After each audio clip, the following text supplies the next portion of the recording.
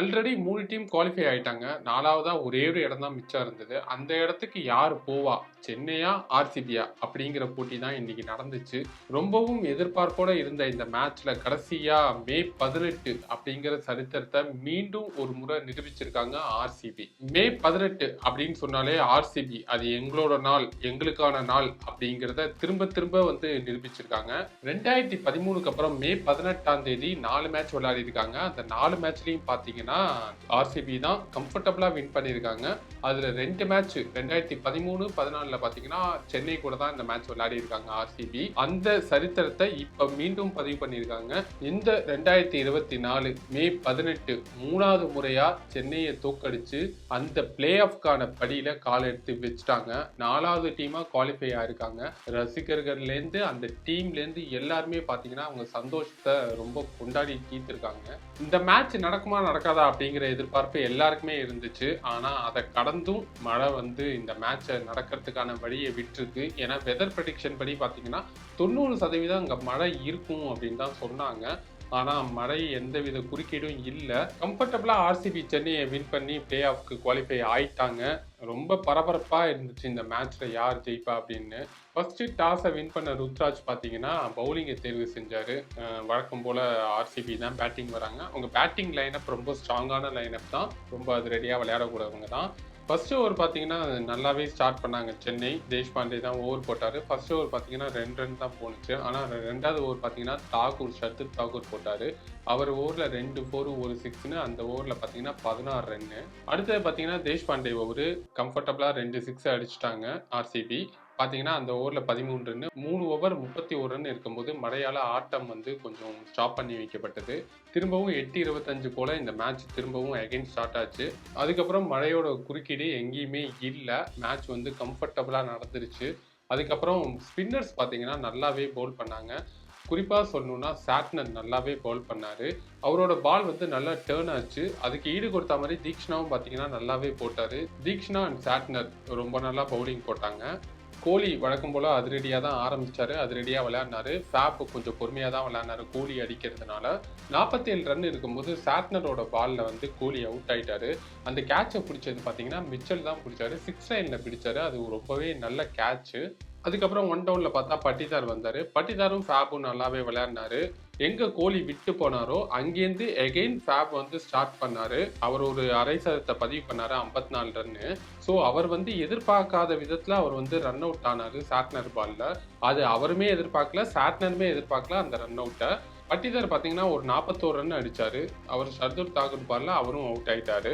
ஃபேப் out ஆனதுக்கு அப்புறம் Cameron green வந்தாரு. அவர் ஒரு 38 ரன் அடிச்சாரு 17 பால்ல. சொல்ல போனா பேட்டிங்ல வந்து எந்த ஒரு குறையுமே இல்லை. எல்லாருமே 30+ ரன்ஸ் தான் அடிச்சு கொடுத்துருக்காங்க.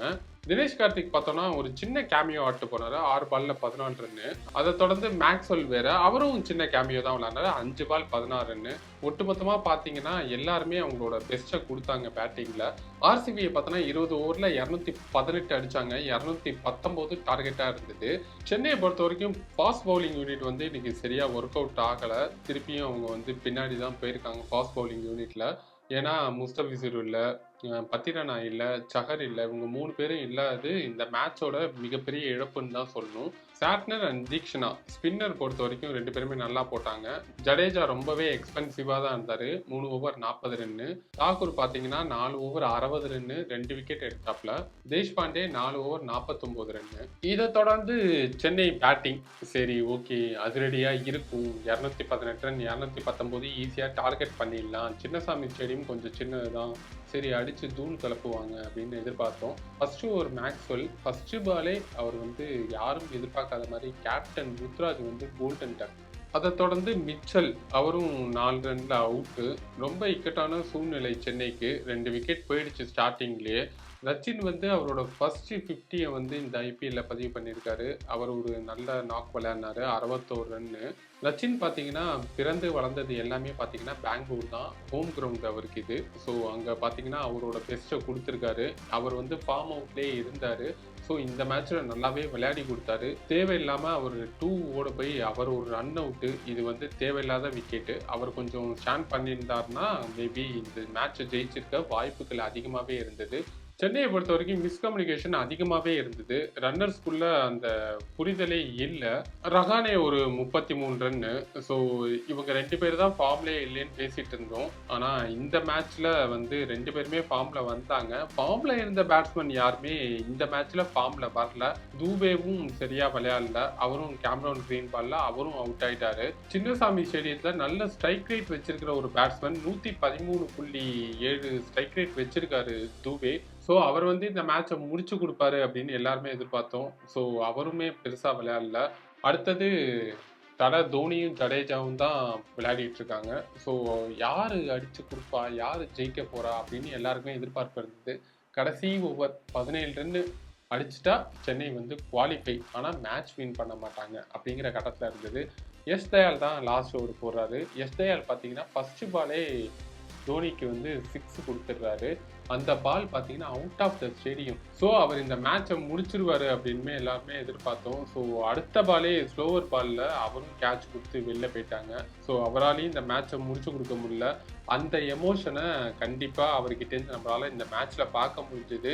அவர் இருந்தாலுமே எல்லா பவுலருக்குமே கொஞ்சம் ஷிவரிங் இருக்கும் அப்படிங்கிறது மீண்டும் ஒரு தடவை தெரிஞ்சிருக்கு இந்த மேட்ச்ல. 2024 ஐபிஎல்ல சென்னையை தோக்கடிச்சு ஆர்சிபி அந்த பிளே ஆஃப்கான வாய்ப்பை வந்து தட்டி பறிச்சுட்டாங்க. ஸோ ஆர்சிபி வந்து எஸ்ஆர்ஹெச்சோட எலிமினேட்டர் 2ல மோத போறாங்க. என்ன நடக்குதுன்னு வெயிட் பண்ணி பார்க்கலாம். கண்டினியூவா 6 மேட்ச் வின் பண்ணியிருக்காங்க ஆர்சிபி. ஸோ இந்த ஒரு பாசிட்டிவ் வைபோடையே அடுத்த எலிமினேட்டர்லையும் போய் விளையாடுவாங்க. ஆர்சிபியோட 16 வருஷ கனவு, 16 வருஷமா இந்த கப்புக்காக ஏங்கி கிடைக்கல, 17வது வருஷமாவது கிடைக்குமான்னு அவங்க டீமும் சரி ஃபேன்ஸும் சரி ரொம்ப ஏங்கிட்டு இருக்காங்க. ஸோ இந்த கப்புக்கான வாய்ப்புக்கான முதல் படியை எடுத்து வச்சுட்டாங்க. இன்னும் ஒரு 2-3 படி தான் இருக்கு.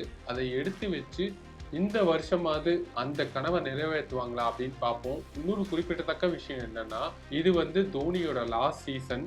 ஸோ தோனிக்கு வந்து கப்பை வாங்கி கொடுத்து அனுப்பணும்னு தான் எல்லாரோட ஆசையுமே. பட் அது நிறைவேறாம போயிடுச்சு.